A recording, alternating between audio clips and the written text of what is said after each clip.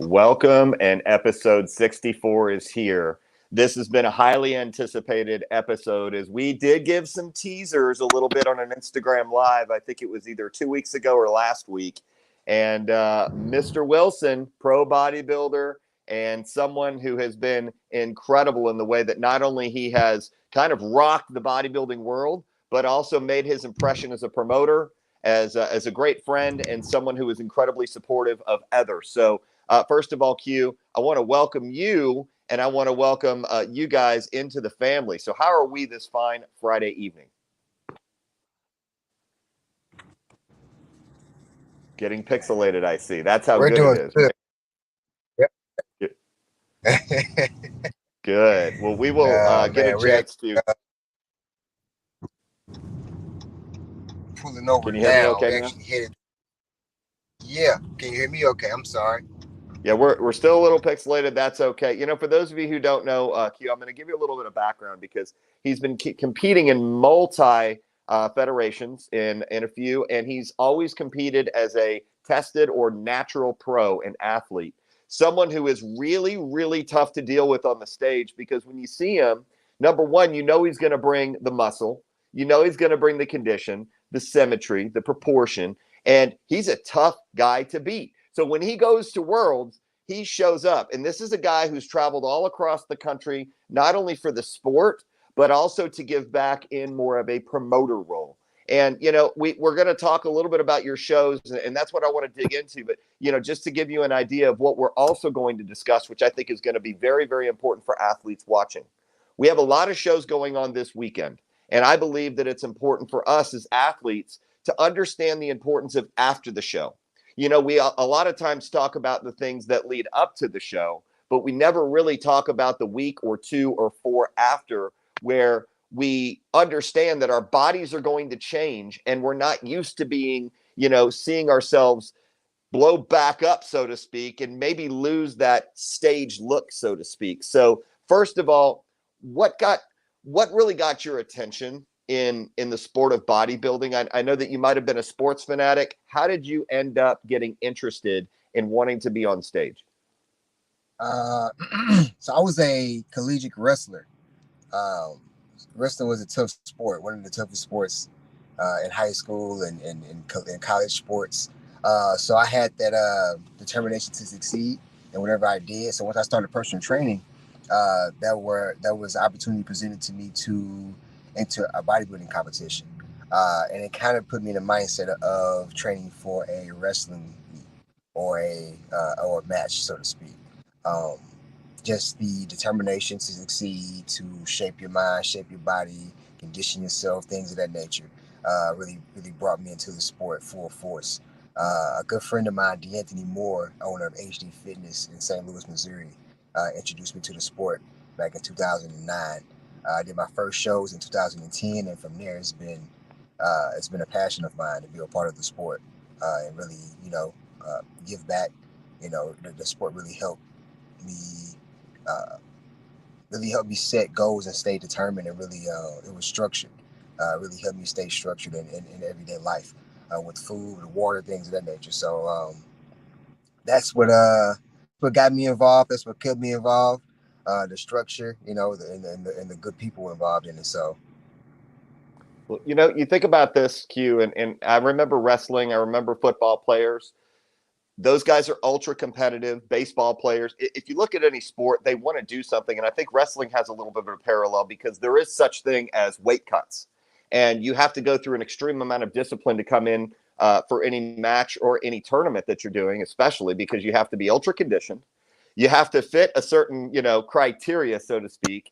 And, you know, for those of you who are joining us, I want to, first of all, I would be remiss if I didn't say this. You can follow either Mr._Rockbody, ROQBODY, or you can follow Rock_ROQ_solid_events. And I think about what you're building also because of your athletic background. And I'm going to touch on this here in just a second, but I'm curious, you know, we're going to talk about your shows and then we're going to dig into the meat. When you were wanting to get on stage, did you ever realize there was going to be this much to competing? I did. Um, I had good examples to look up to. I had people that were involved in the sport, and I see how hard they went to succeed in the sport. So I knew what it was going to take for me to be successful in the sport as well. So I knew coming in that it was going to take some focus, some structure, some determination, and I wasn't going to be able to quit other people that was around me. So it helped a lot to keep going. And I hold my clients accountable the same way as they held me accountable when I first started. So. Yeah. They say never take advice from an out of shape trainer. And I don't think you have that problem. We have Frank White from Illinois joining us. And, he's been a big fan of the sport. He's been around a lot of the organizations that I've been in and been involved with. And, I think about how really you coming up and doing your own shows from an athlete's point. You know what you like, what you don't, what you want, what they don't. And I want to bring up just a couple of things here because I thought this was really cool. I've done my homework, and we just might happen to have the first show that comes up. And if we talk about it, you've got a few of them. You've got, first of all, the DFW coming up the 23rd. That's April 22nd of next year.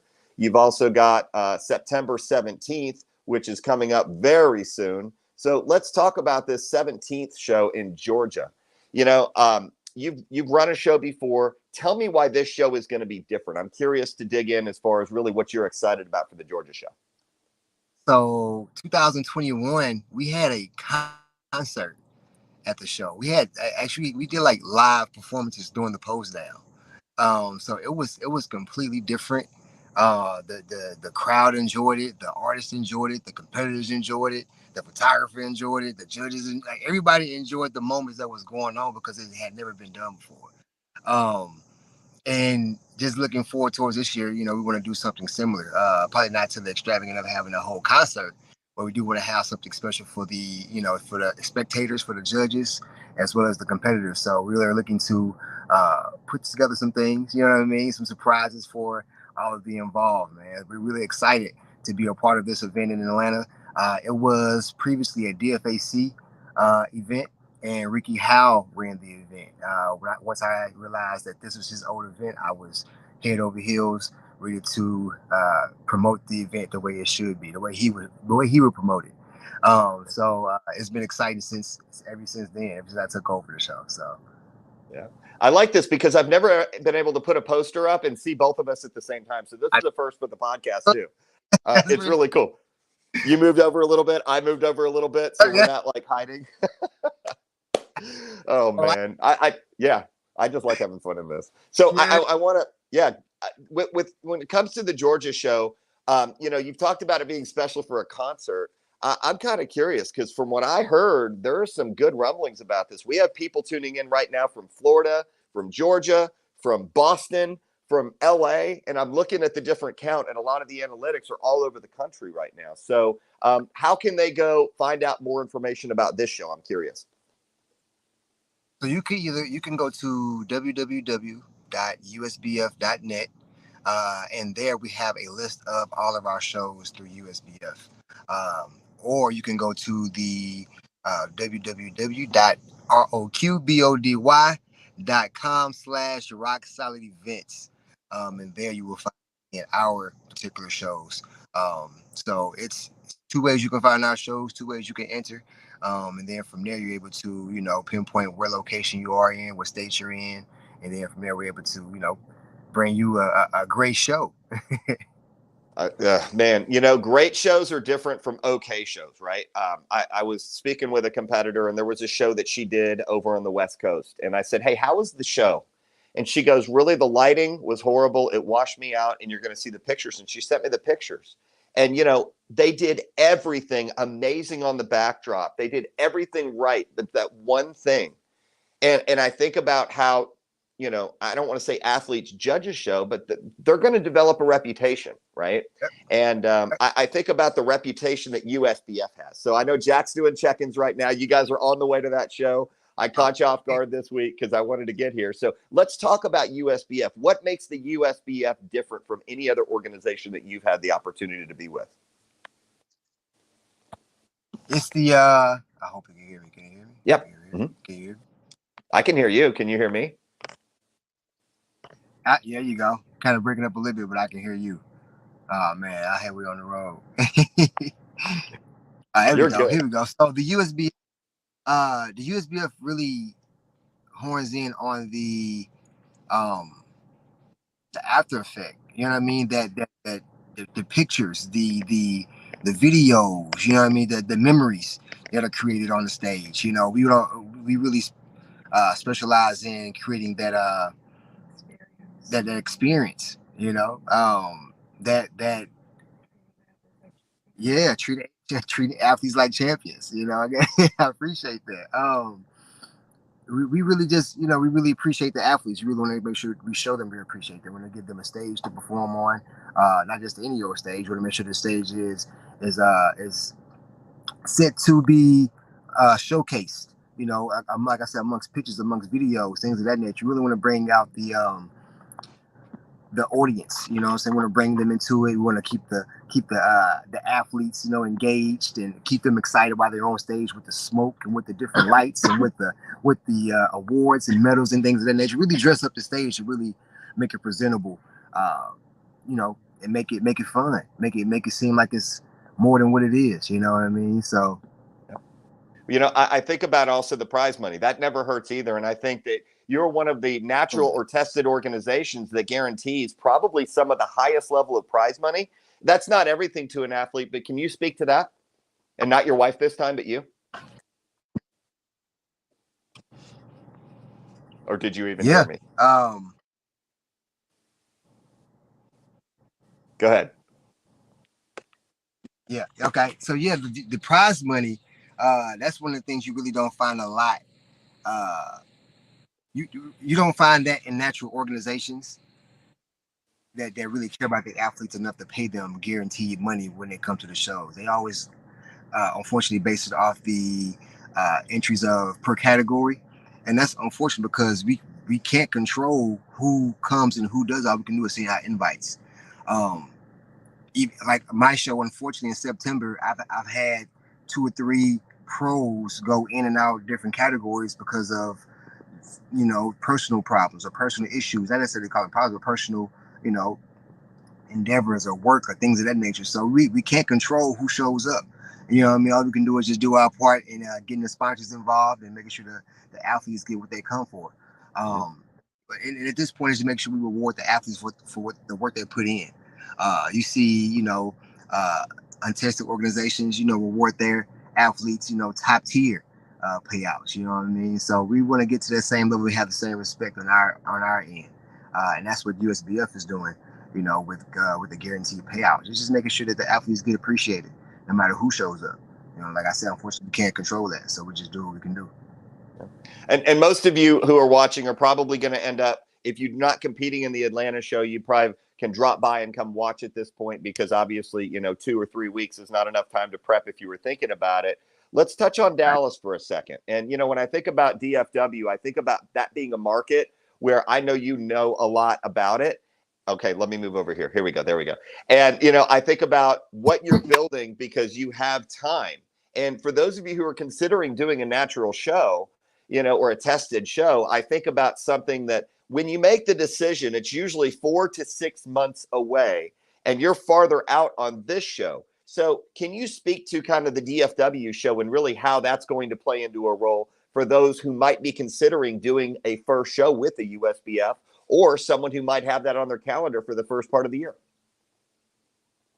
So this show is special. This was actually one of the first shows I've ever wanted to promote. It's just I could not get it together. Like I planned this show back in 2019, and it just kept getting put off. For COVID, moving, relocating. It was always something. So I planned this show out far enough to where I don't have to worry about any of that. Uh, and the venue is the Arlington Music Hall. It's one of the most historic music halls in the area. The stage is beautiful. The backstage is beautiful. Dressing rooms, the whole nine. Restaurants in the area, right next to UTA, the college. It's a beautiful, beautiful venue, and that's what we specialize in USPF, is just making sure we have some of the best venues, so we can make sure we put on some of the best showcases, and make sure we represent for our athletes. It's cool to have a show, but again, to put on a event, to put on a showcase is something different. You know what I mean? So this is one of those events that is going to be a showcase. It's going to be one of them shows that people come to from all over. We haven't. I don't think we're going to make it a pro show just yet, but depending on how things go the next couple of weeks, we just might. So keep that in mind too. But yeah, this is definitely going to be a fun show. Like you say, Dallas is one of the well-known areas for natural bodybuilding here as of recently, and we're starting to venture off in the Louisiana area too. So a lot of those athletes will be coming over to the DFW Rockstar Classic as well. That's great. I think about not just you, but you have a team. You have staff meetings, right? You have Zoom calls. We got a chance to be on one. Do you happen to have a team member in your car right now?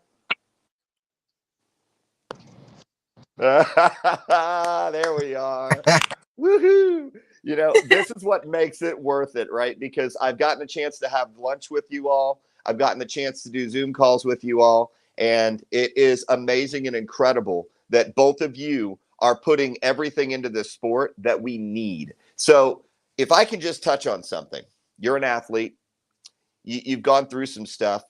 What happens after a show with athletes? I'm kind of curious your take as far as after you get off stage, you're euphoric. What are some of the pitfalls that you see a lot of new athletes make after they do a show? The weight gain. Again, if you don't have a plan within that weight gain, within that muscle gain, within that bulk period, it can come off as disturbing. It can come off as what am I looking for? Depressing. You're used to seeing yourself at your best. Yeah, all that good stuff. You used to seeing yourself with abs and lines and definition, and once you go through that bulk phase, those things start to disappear.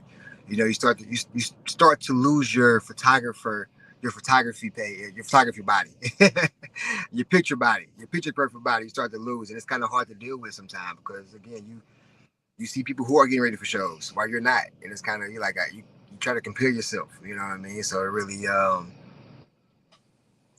we just had a conversation about this. We're actually trying to implement some type of therapy practice into the after effect of bodybuilding and whatnot. So so far we just had an idea, so we're just gonna try to put those ideas together. But it's really hard for some people to again lose so much body fat and be a certain look for a certain amount of time, and then go back to some say what an everyday body. Yeah. So a lot of that is really rarely touched on, because we typically hire a coach for the prep, and we don't understand how important the rebound or the after prep is to either reverse out correctly, to maybe mentally go through with an athlete, especially if it's their first time. Hey, you're going to be experiencing a little bit more. And Sammy, you nailed it. Sammy Joe said post-show blues. And I think about how a lot of the times mentally we're like, man, I'm not even stage lean anymore. How fast can you lose it? And then mentally you're like, oh, how fast can I get it back? And after we've tasted the sugar, it's like, I want more. So, and Sammy Joe, you'll see probably on an upcoming podcast as well.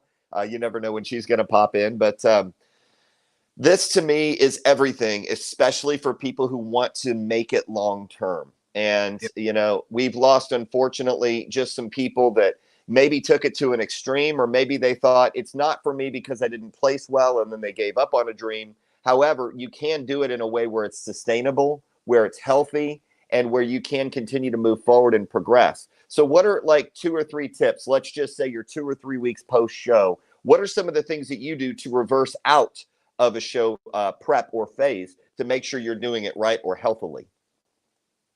I still pay very close attention to what I eat. I don't necessarily go macro crazy after I get done with a competition, but I do make sure I stay conscious of what I put in my body, so I don't, relapse. I don't, uh, cause myself to gain too fast, things of that nature. Um, I continue to, again, stay hydrated. Something as simple as staying hydrated. We get so tired of drinking water on a prep that we stop drinking it when we stop prepping. And then that causes dehydration, causes other problems, things of that nature. What else? What is another good one I do? You're not a sweets person, so I'm not. I'm not a cake. I'm not a cupcake. I'm not a candy kind of guy. It's more of a lifestyle for me. I really just go back to rice and chicken and fish and beef and pork. yeah, I just up my calories more. All of this of all the same foods. My carbs are fairly low right now because I'm getting ready for Mr. America in 7 weeks. Um, but right after that, I'm just gonna add more rice and add more potatoes and add more bananas. You know what I mean? More fruit, Yeah. more things of that nature. I treat myself a little more with the fruit, but more than that, I'm not really a good sweet. I'm a big sweets guy at all. Yeah. Only because I Do know how it makes me feel outside of prep, everyday life. Like I like to be on my feet, I like to move around, I like to be agile. Sugar make me sleepy. And you want to sit down for a while, so I kind of stay away from it just in my everyday life anyway. Even outside of the bodybuilding diet. Yeah. So I want to talk about cardio because a lot of people think that they do cardio all the way up to the show. And then when they start reintroducing the food, they forget that one important piece. Obviously it's not 45 minutes of, straight up fat burn cardio or hit or whatnot. How important is the cardio piece, especially when you reintroduce foods? How often do you typically do it? How does that look? Is it 50% of what you did pre-show and post-show? What does that combination look like? I'm not a big cardio guy at all. I hate it. I hate We all cardio. do. By the way, but I do it. I'm on prep. I've been doing it for the past couple of weeks. So I have to look come Mr. America. I know what I have to do to get to look a certain way. So I implement it. But when it comes to the off season training, um, I I am going to edit more in personally, only because it's so hard to get back to it when it starts to prep again. So I want to my everyday routine, whether it be 15, 20 to 30 minutes. I want to make sure that that's something that's implemented in, especially with adding all the food back in. Keeping your joints and your muscles loose and things like that. There's so many benefits of the one cardio that you're not just losing a couple of extra calories because you want to look lean on stage. There's actually heart benefits to it, things like that. So I want to make sure I keep that in and make sure I keep my heart strong and my breathing up. Yeah. There you go. That's what I was looking for. And I think, Mike Miller said this. He goes, Amen. It's a lifestyle. And cardio is a big part of the mental, at least for him. He'll be competing here soon. It's good information. Of course, Mike, we love having you here. And obviously, the comments that keep coming in, I can't post all of them. So I'm kind of selecting some. I also think about the fact that when we pay attention to our health, if we're doing something to where we know we're going for a world championship, we're going for pro status, we're going to win money, in our heads, we want to go to the extreme to get there so we can be 100% on stage. I think about the gentlemen who might be a little bit older, who go get their blood work regularly. They pay attention by actually finding out good people to be around after shows and in between shows. I'm just kind of curious. When it comes to your family support, how important is your family support when it comes to maybe hitting those post-show blues, maybe a spouse, maybe kids, maybe mom and dad, they're telling you, oh, you can eat the apple now, or, oh, you can have cake with us now that it's a birthday party. How important is family and what role does that play in your life? My family they know what I do. You know what I mean? They know how I live. They like from high school to everyday life now. They know that I've been an athlete. So they know my dislikes. Attempts, what attempts and what doesn't. So they sometimes. Sometimes they expect me not to eat the sweets or not to, not to go off, you know, off the rail too much. You know what I mean? So they keep me motivated. They always remind me like, hey, you trying to win something, ain't you? What you doing eating that? You're like, I'm not even getting ready for a competition. What you mean? So my family does a good job, with staying on me as far as just making sure I eat the right things, even outside of competition. When it comes to my kids, my twins, they are little me's. They eat everything I eat. They do everything I do. So it's not even they would probably rather have a piece of fruit rather than some sweets. You know what I mean? You can put an apple and a cupcake side by side. You know, they'll probably eat both. Let me correct it. They'll probably eat both the cookie in the in the Pop Tart, in the protein shake, in the apple at the same time. Um, so yeah, I get when it comes to them again. The lifestyle for me is if I don't want it, I don't eat it. You know what I mean? I know most of I don't need it. So when it comes to Adrian, she picked up the lifestyle fast. You know what I mean? She makes sure she eats fairly good, if not great. You know what I mean? So having the temptation from her is going to be very slim. The most she'll have is probably some cherries. You know, and we'll probably eat the whole bag. Yeah. I mean, so I really the people around me really they adopt the lifestyle. You know what I mean, that I live. It's kind of hard not to. You know, I preach it so much. I live it so hard. It's kind of hard not to.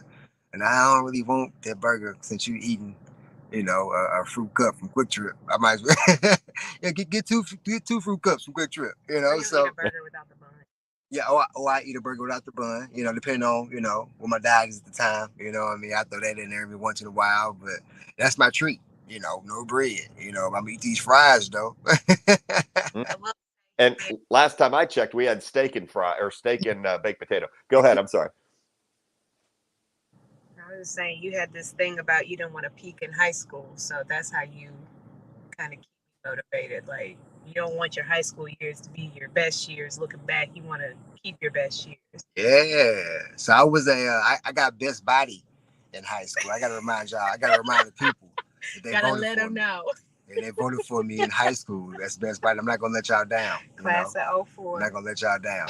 You know, that was 18 years ago. You know, and I think I still can win that category.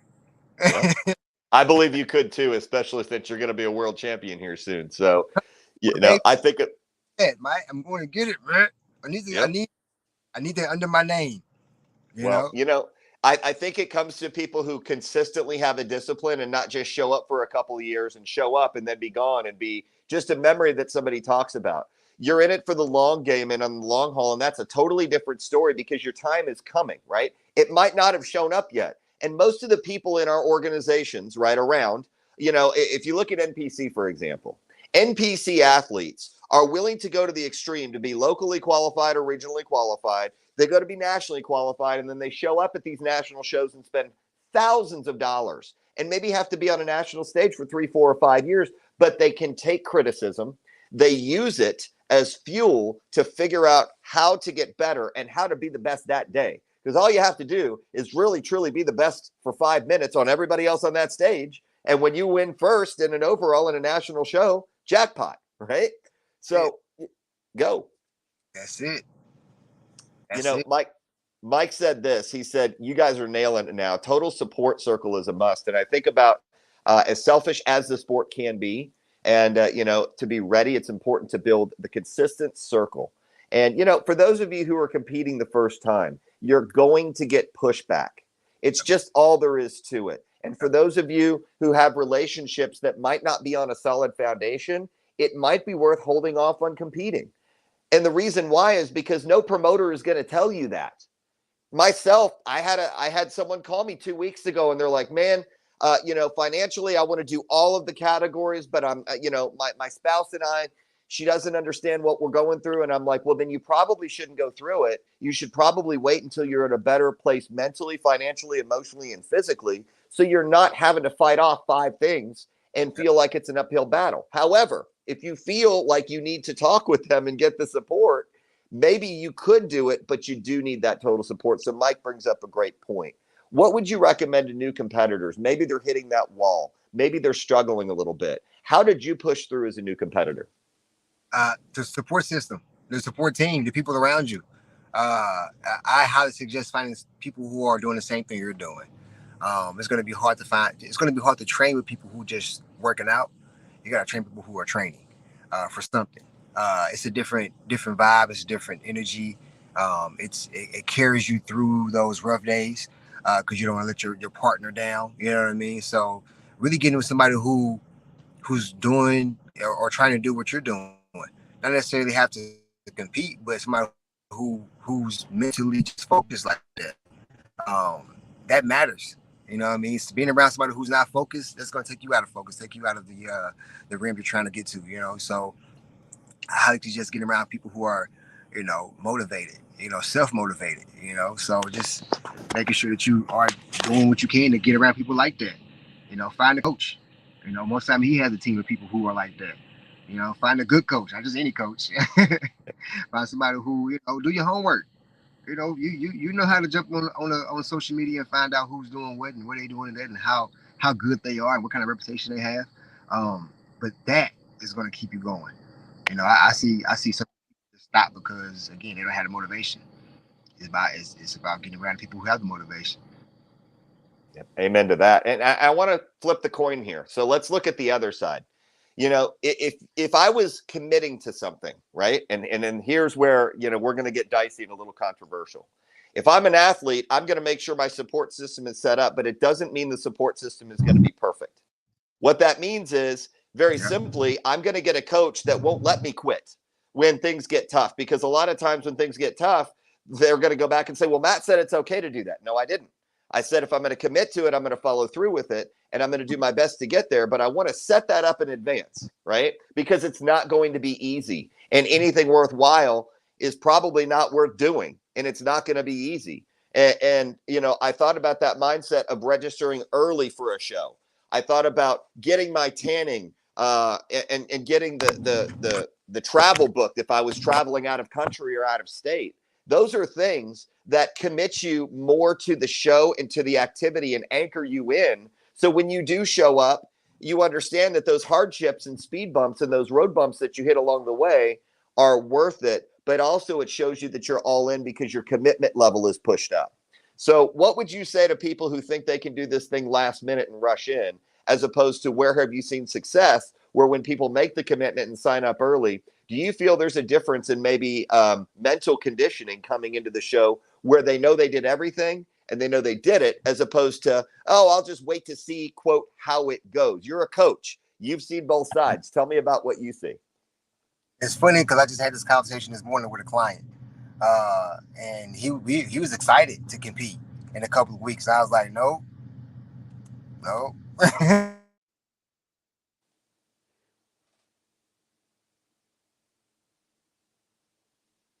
You totally froze up. I want to hear this client story. Don't leave me hanging.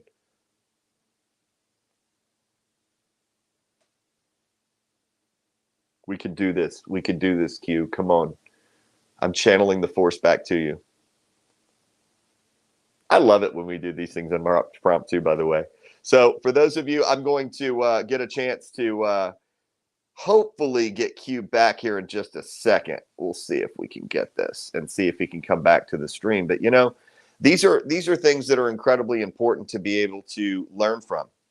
We have athletes who watch this show who are at every level. They're thinking about toe dipping and kind of putting their toe in the water. Mike, you're the same way. We think about athletes who have done a few shows and maybe their preps didn't go well and maybe they didn't have a good experience. Maybe they didn't have the right coach. Maybe they needed to pose better. So they felt like they left something on the table, so they have to come back because they feel like they have something to prove. And then we have pros who make this thing look easy, right? We think about people who consistently show up on stages, and they've done this for decades and they've done it for years.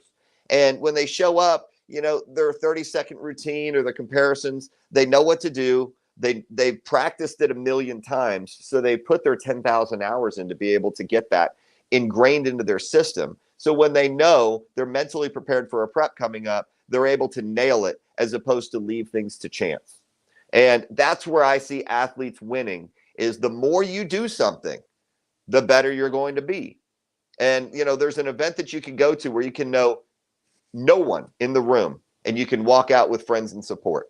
And that's a really scary, intimidating thing to do. So why do I say this? I say this very simply because it's important to be able to, number one, go to a show if you've never been to one. There's a big difference between seeing something on TV or on social media, as opposed to something that's live, to get a feel for the venue, to get an idea of what that organization offers. USPF is incredible at what they do. And, you know, I think about these things. And if you don't like the show, maybe you write down things that you do like. Maybe you write down things that could have gone better, and you go to the next show. I ended up going to probably 13 or 14 shows before I ever stepped on stage, because I wanted to test the waters to say, hey, who's a good promoter? What's a good organization? What are the things that I want when I do step on stage? And I think you should be able to discern, you know, number one, is the show promoter in it for the right reasons? And so I'm curious, Q, how many shows did you end up going to before you competed? None. What? None You at got to be all. kidding I me. showed up like, what is this? What? I showed up in the wrong trunks. And I had my first Lesson show was, learned, right? yes, my first show was terrible, but I enjoyed myself. Yeah. My trunks didn't have a lining in them, so the judges put me to the side afterwards. It was like, man, you have a great physique, but your trunks, you have to fix your trunks. He pointed at me like, you got to fix your trunks, okay? Next time, Oh, tell your coach to give you some different trunks. I said, all right, my bad, bro. So I learned a lot. Lesson learned. Yes. well, Lesson learned. I really I enjoyed the experience, though. I love the fact that you left us with a cliffhanger, because like you're like, I was talking with a client this morning. Can you pick that back up? Because like people were like, what is he going to say? I have to know. So you were Yeah, talking with a client. I was talking to a client this morning. And he was excited about competing in a couple of weeks. I think the topic was just taking the time to really develop the physique you want to win. And I told him, you can get on stage for fun, or you can get on stage to win. You have a choice. Me personally, I want to put you on stage to win. So if you're gonna get on stage for fun, we got to stop training today. Yes. But you know, he completely understood that it takes time to develop a certain shape, a certain muscle density, a certain muscle development to compete and to win. Even myself, I took time out this time for my prep. Like I've been training for the past. I've been training since June. For a show in October. You know, so really, I really didn't stop after Atlas. Purposefully and lifting really heavy. Yeah, you're right. After Atlas, I kind of went crazy on the weights after Atlas. I didn't like the third place. But I completely deserved it. Don't get me wrong, but the fact that, okay, I got to come in better, I did that. Like I put the work in for that. So even this past year, I ate good for a couple of months, but I immediately started coming back down because I knew how I had to look to win a championship. Yeah. So yeah, with that, just I took time out. Like I said, I've been dieting hard since June. Like I said, I have a steak and potatoes if I go out to eat something I haven't had in a while. But Brussels sprouts. But as far as that, it's the consistency and the time really makes a difference. It makes a difference. You see who trained the longest. You can see it. Like you can see who muscles been that lean since 3-4 weeks ago. You know what I mean? So you can tell who won. Yep. Yep. So. Let me ask you this, Q. How old is David Lovelace? Oh man, how old is David? David in his 50s. No, I He's, just read. I think he is actually. He's in his late 40s or No, early 50s. I think David Lovelace, he's about 46, 47. And he's beat me twice. He's beat me twice. I don't like it. I saw that wife turn her head real quick when I said that name. I got that look, so I got a side eye on that one. Because it's Pretty Boy Dave. It's Pretty Boy Lovelace. That's what we call that David. And I got my eye on David. When I see David come November, he's going to be ready, but I'm gonna be ready too. Yep. We're gonna leave the judge's hands after that. He never shows up not ready. And that's my point. That's my point, though. How long has he been in this game? He's been in here for 20 plus years. I saw him guest pose in 2014, and I'm like, man, that guy looks young, but he looks like he's got mature muscle. And then I talked to him, and I'm like, how old are you, man? And he's like, he told me, I can't remember how old he said, but I'm like, there is no way you're that old. Like bodybuilding and fitness is the fountain of youth.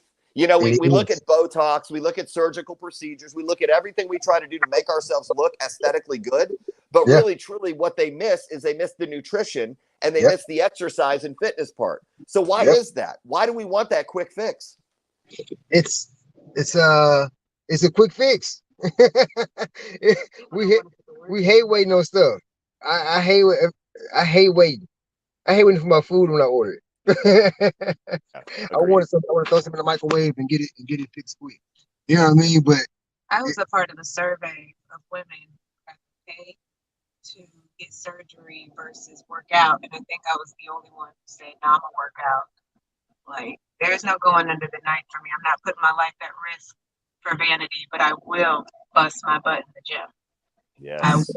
put in the work, and having really awesome people around just really helps that. So, like he said, you got to surround yourself with that lifestyle, or else people want to go out for brunch and mimosas and look good, and go out in the club and drink and look good, and you just can't do all that. You just can't carry on those lifestyles. got a big one. But yeah, most definitely. Like I said, get around people who gonna motivate you. Get around people who gonna keep you keep you on it. Well, you just mic dropped it too at the same time, because both of you are living examples of being able to not cut corners. You know, you have the right moral compass, which is hard to find these days with people, right?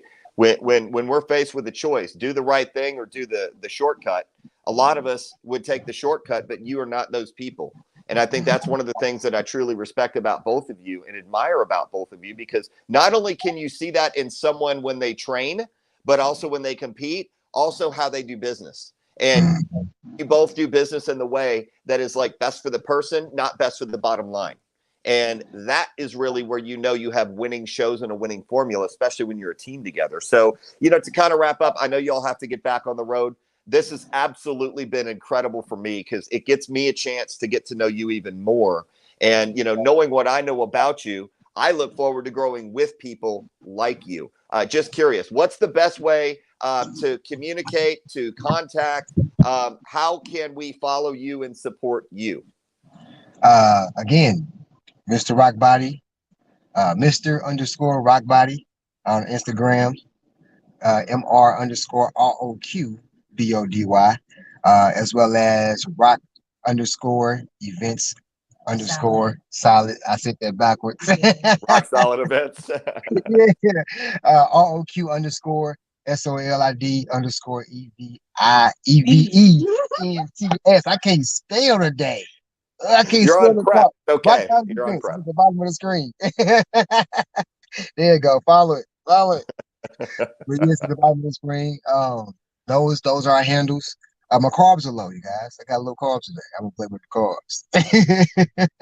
We'll get you But there.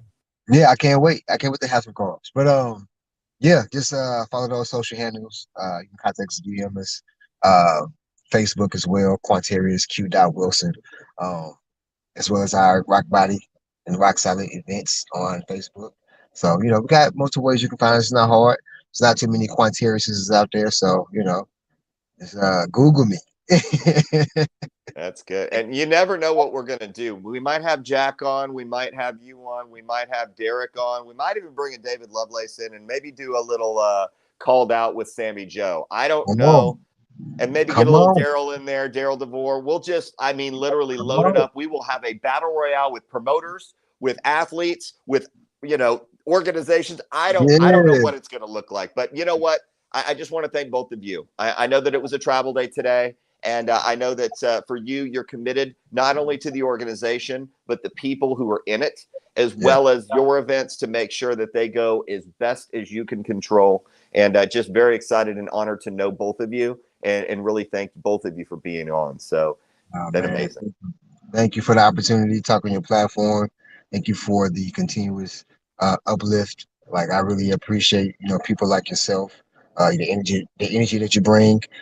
Whatever you need from us, you know, to help you, please let us know. No hesitation, be there. So we look forward to growing with you as well, my man. And here we go. Let's get it. We love you, man. Thank you.